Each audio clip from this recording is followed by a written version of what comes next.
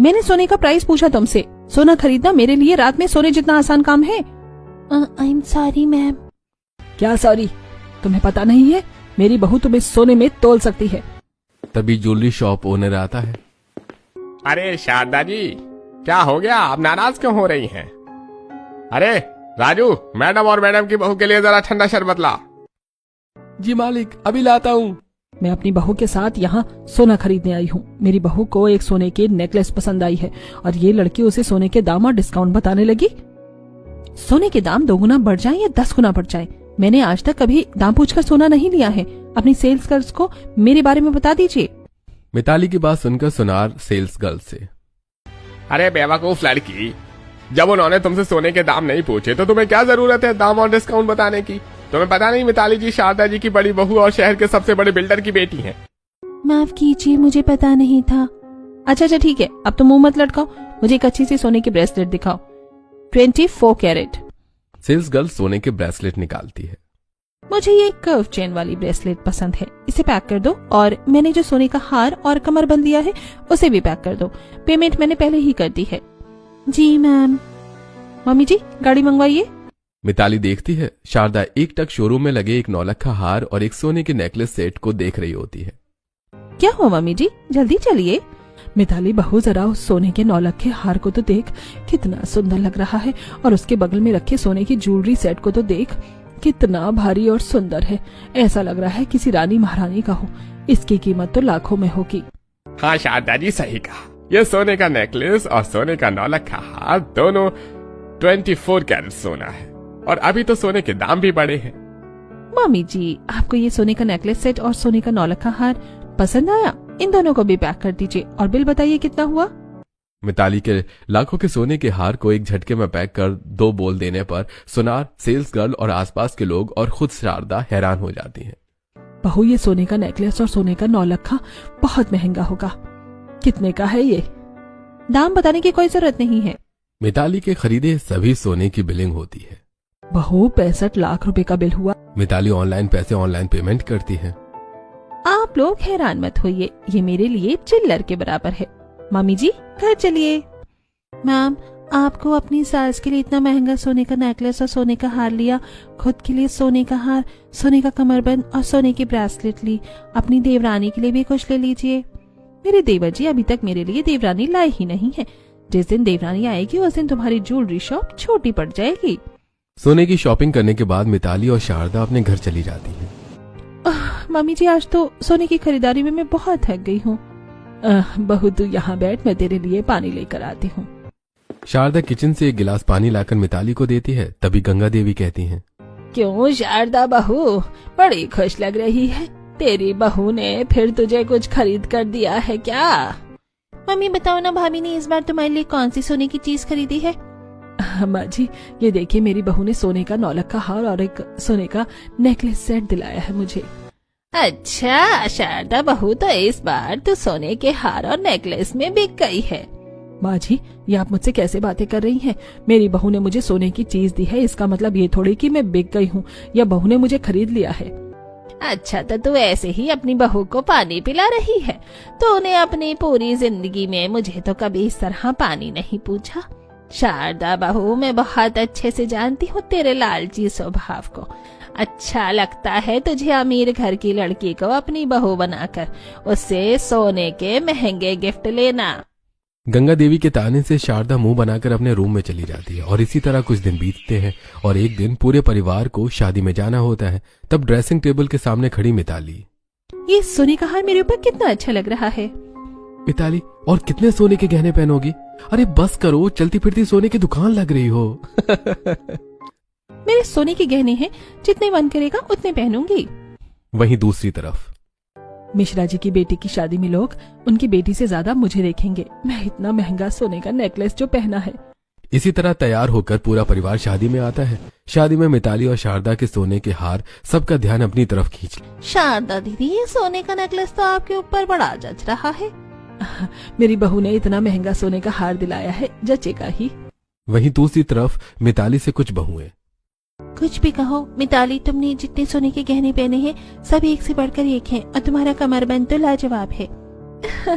मुझे सोने की जो चीज पसंद आती है मैं तुरंत खरीद लेती हूँ। अभी तो ये डिजाइन लॉन्च ही हुआ था और मैंने खरीद लिया। हमारी भाभी है ही बेस्ट। शादी में सभी बहुएं और सास मिताली और शारदा के सोने के गहनों की तारीफ कर रहे थे। वहीं दूसरी तरफ कुर्सी पर खड़ी होकर दरवाजे पर फूल लगा रही गरीब कनक को दो लड़के परेशान कर रहे थे।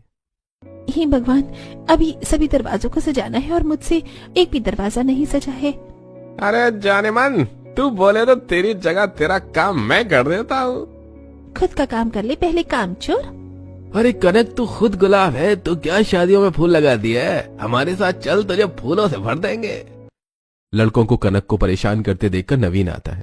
ए, ज्यादा आशिकी सूझ रही है, बुलाओ अभी तुम्हारे मालिक को। ये कौन है? कनक नवीन को देखती है, तभी डगमगाकर कुर्सी से नवीन के ऊपर गिर जाती है। अरे अरे अरे अरे, माफ कीजिएगा, कुर्सी हिल गई थी। दोनों खड़े होते हैं। अरे संभल कर। माफ कीजिएगा, कुर्सी हिल गई थी। अरे पैसे वाला लड़का देखकर कुर्सी हिल गई? हाँ बोल ना, जानबूझकर गिर गई? अरे हम कुछ कहते हैं तो बड़ी सती सावित्री बनती है। अब क्या हुआ? तुम लोग जाते हो यहाँ से या बुलाओ तुम्हारे मालिक को? चलो फूटो यहाँ से।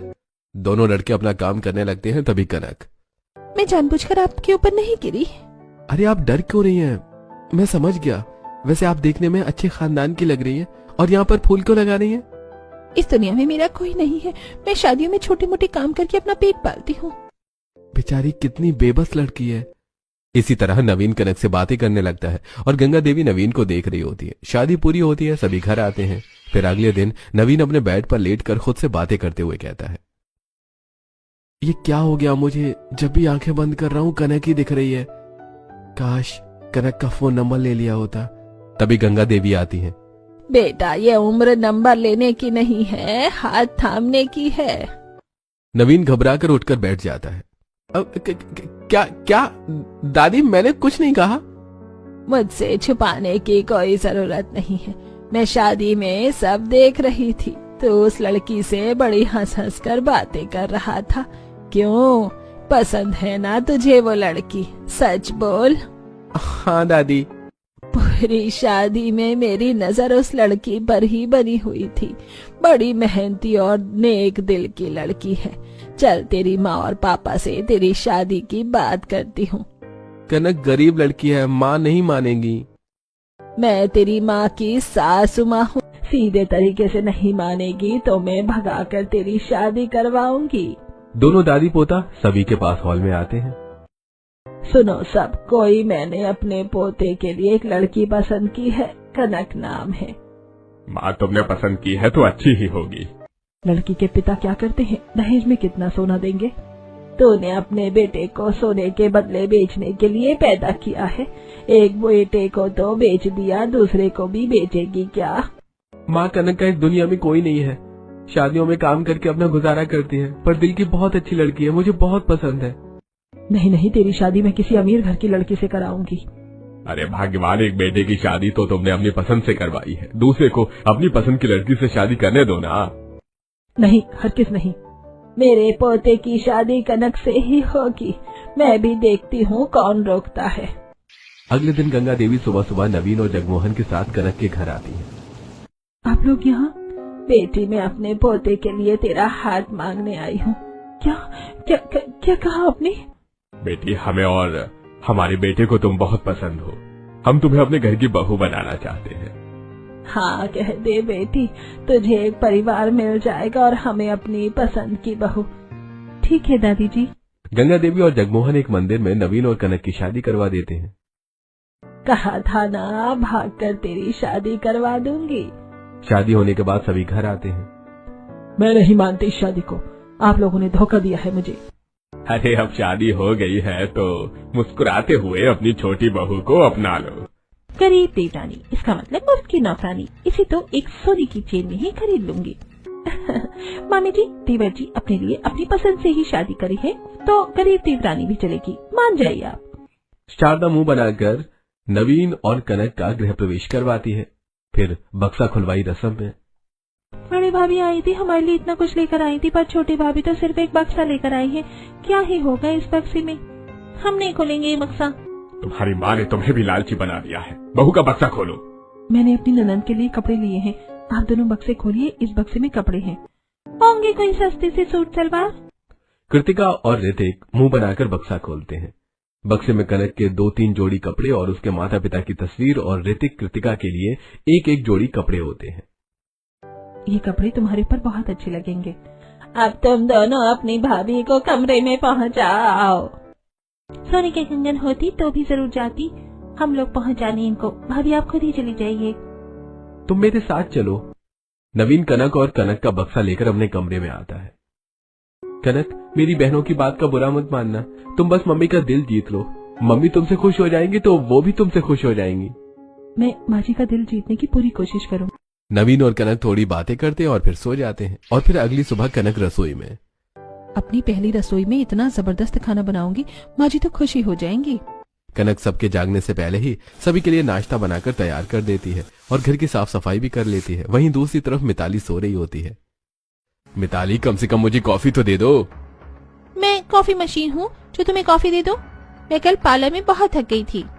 हे भगवान, ये औरत पार्लर में बैठकर थक जाती है। अभिषेक अपने कमरे में बाहर आता है। डाइनिंग टेबल पर सभी बैठकर नाश्ता कर रहे होते हैं। अरे, इतनी सुबह नाश्ता किसने बना दिया? तेरी बीवी तो बनाएगी नहीं और वो सो रही होगी, तो तेरी बीवी की देवरानी ने बनाया है। जी, ये आपकी कॉफी, वो मैंने आपकी आवाज सुन ली थी। Thank you. एक कप अपनी जिठानी को भी दे दो। ऐसे थैंक यू कहने की क्या जरूरत है? एक सोने का कंगन तक नहीं लाई है और घर के काम तो करेगी ही ना। सभी नाश्ता करते हैं और अपने अपने काम पर चले जाते हैं। वहीं कनक कॉफी लेकर अपनी जिठानी के पास आती है। जिठानी जी उठिए, आपकी कॉफी। मिताली उठकर बैठती है और कॉफी पीते हुए। वाह, मेरी गरीब देवरानी, कॉफी तो बहुत अच्छी बनाई है।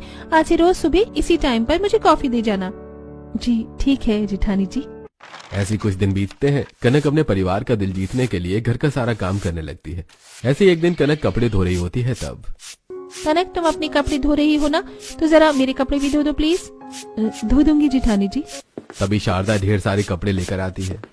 ले, इन कपड़ों को भी धो दे साथ में। माँ जी, इतने सारे कपड़े मैं अकेले कैसे धोऊंगी? वॉशिंग मशीन में धो देती हूँ। तुझे पाल रही हूँ, ये क्या कम है? अब मैं वॉशिंग मशीन का बिल भी भरूं? सारे कपड़े हाथ से धोना। फिर शारदा और मिताली चली जाती हैं और कनक कपड़े धोने लगती है। 2 घंटे लगातार कनक सारे कपड़े धो लेती है और कपड़ों को छत पर सूखने के लिए डाल देती है। आज तो हड्डी पसलियां सब एक हो गई, अब मुझसे कुछ काम नहीं होगा। तभी मिताली और शारदा आती हैं। मिताली बहू, बता दे इसे तेरी किटी पार्टी में क्या क्या बनना है। चाय, समोसा, सबके लिए नमकीन और फ्रेंच फ्राइज। सुन लिया ना, शाम को 4 बजे तेरी जिठानी के कुछ दोस्त आएंगे किटी पार्टी करने। उनके आने से पहले ये सारा खाना बना देना। मिताली बहू का कमरा भी साफ कर देना। आप फिक्र मत कीजिए जिठानी जी, मैं सब काम कर दूंगी। दिन भर की थकान होने के बाद भी कनक किचन में मिताली का बताया सारा खाना तैयार करती है और फिर उसके पूरे कमरे में झाड़ू मारती है। तभी मिताली की दोस्तें आती हैं। अरे मितान, ये लड़की कौन है? तेरी देवरानी है ना? क्या तेरी देवरानी के पास एक भी सोने का गहना नहीं है? ये मेरी देवरानी नहीं, हमारे घर की नौकरानी है। जाओ, सबके लिए नाश्ता लेकर आओ। कनक किचन में आती है। जिठानी जी ने मुझे नौकरानी क्यों कहा? क्योंकि तू नौकरानी ही है, और खबरदार उनके सामने कुछ कहा तो। कनक नाश्ता लेकर मिताली के कमरे में आती है। मिताली अपने सोने के गहने अपने दोस्तों को दिखा रही होती है। तुम्हारी हिम्मत कैसे हुई मेरे कमरे में आने की? निकलो मेरे कमरे से। कनक उदास चेहरा लिए मिताली के कमरे से बाहर आ जाती है। ऐसे कुछ दिन बीतते हैं। कनक देवरानी से अपनी जेठानी की नौकरानी बन जाती है। और फिर एक दिन, हैप्पी बर्थडे मेरी प्यारी वाइफ जी। हैप्पी बर्थडे कनक। आपको याद था मेरा जन्मदिन? याद भी है, और तुम्हारे लिए गिफ्ट भी ले आया हूँ। नवीन कनक को गिफ्ट में सोने का हार देता है। सोने का हार? अरे, तुम्हारा खाली गला मुझे बिल्कुल पसंद नहीं, तुम ये हार पहनो। Okay bye. नवीन कनक को सोने का हार देकर चला जाता है। तभी शारदा और मिताली कमरे में आती है। अच्छा, तो ये तेरी प्लानिंग है, मेरे बेटे को लूटना चाहती है। ला, दे इधर। शारदा कनक को थप्पड़ मारकर सोने का हार ले लेती है। माँ जी, आप मुझसे इतनी नफरत क्यों करती हैं? क्या करती है मेरी? तेरी वजह से न जाने मेरा कितने का नुकसान हो गया, और कितनी बड़ी गलती चाहिए तुझे। आप लोग मेरे साथ ऐसा व्यवहार क्यों करते हैं? ते जैसी लड़की है उसी के लायक है, इसीलिए। शारदा और मिताली कमरे से चली जाती हैं और कनक अपने माता पिता की तस्वीर लेकर रोने लगती है। माँ, पापा, आप दोनों मुझे छोड़कर क्यों चले गए? अगर आज आप लोग जिंदा होते तो। तभी कनक का फोन बजता है। कनक फोन उठाती है। क्या मेरी बात कनक जी से हो रही है? हाँ बोलिए। बेटी, मेरा नाम मिथिलेश है, एक पता लिखो। कनक एड्रेस नोट डाउन करती है। ये एड्रेस आपने मुझे क्यों दिया है? मेरे पास तुम्हारी एक अमानत है, कल सुबह आकर उसे ले जाओ। अगली सुबह कनक मिथिलेश के दिए पते पर आती है, जो एक पुराना बंगला होता है। दरवाजे पर सिक्योरिटी गार्ड होता है, जो कनक को बोलता है, अरे झूठ बोलती है, मालिक किसी को मिलने नहीं बुलाते हैं। आपके मालिक ने ही मुझे यहाँ बुलाया है। तभी बंगले की खिड़की से मिथिलेश, अरे बहादुर, आने दो उन्हें। कनक मिथिलेश के वर्क रूम में आती है। दोनों आमने सामने चेयर पर बैठे हुए होते हैं और एक फाइल सामने रखी होती है। मेरा तो इस दुनिया में कोई नहीं है, फिर आपके पास मेरी कौन सी अमानत है? बेटी, मैं तुम्हारे नाना का दोस्त और वकील हूँ। मेरे नाना कहाँ है वो? मेरी माँ ने तो मुझे कभी नाना के बारे में कुछ बताया ही नहीं। वो इसीलिए बेटी, क्योंकि तुम्हारी माँ ने तुम्हारे नाना के खिलाफ जाकर तुम्हारे पापा से शादी की थी। तुम्हारे नाना इस शहर के सबसे बड़े रईस थे। वह यूं था कि पिताजी, मुझे आपकी संपत्ति का कोई लालच नहीं है। मैं योगेंद्र को बहुत पसंद करती हूँ और उससे शादी करना चाहती हूँ। कुसुम बेटी, यही योगेंद्र हमारे घर का माली है। अगर तुम इस माली से शादी करोगी तो समाज में मेरी क्या इज्जत रह जाएगी? मालिक, मुझे आपके पैसों का कोई लालच नहीं है। मैं कुसुम को बहुत खुश रखूंगा, मेरा यकीन कीजिए।